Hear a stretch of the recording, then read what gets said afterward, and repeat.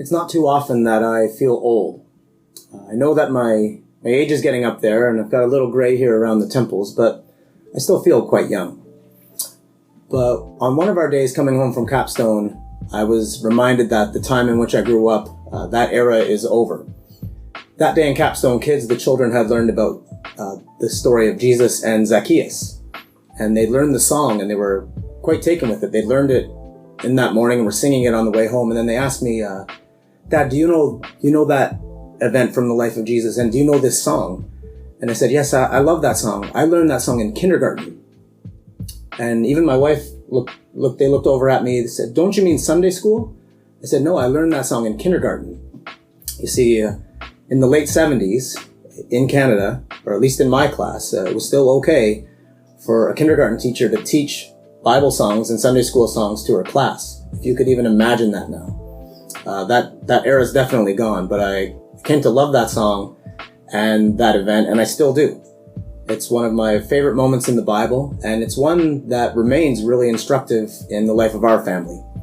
It's found in Luke chapter 19, where there's a man named Zacchaeus who's famously short in stature, and as Jesus comes to Jericho, Zacchaeus climbs a tree because he wants to see the Lord. Jesus stops by that tree and says to him, Zacchaeus, come down. I must be a guest in your house today. And Jesus goes to Zacchaeus' home, despite the objections of the religious leaders. Zacchaeus, a man as a tax collector, is well known as a cheat, also a traitor to the people. But during his encounter with the Lord, he vows to give back what he's taken 4 times over. And Jesus responds that salvation has come to this home today, for this man has shown himself to be a true son of Abraham. A few years ago, while my wife and I were part of another house church, we, through some book study that we were doing and coming across this event in the life of Jesus, came to understand that there are actually more dinner parties in the Gospels than there are sermons. That Jesus, who came with all the wisdom and the most important teaching ever, actually spent more time, or we're told of more encounters where he goes into the homes of people to be with those even notorious sinners like Zacchaeus.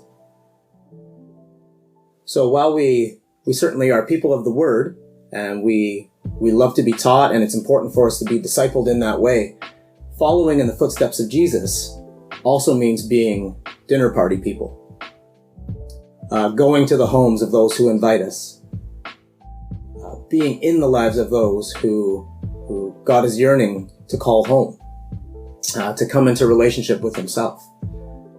And that has, again, been a challenge for us and has helped reshape the decisions we make, the way that we spend our time. Who do we look to be with? Now, of course, here in 2020, that's been turned on its ear. Being dinner party people hasn't been possible in a time like this. We have been forced to withdraw. But now as the restrictions start to lift, we can start to plan again and start to think again about those whom God might be sending us to. Into whose lives are we being invited?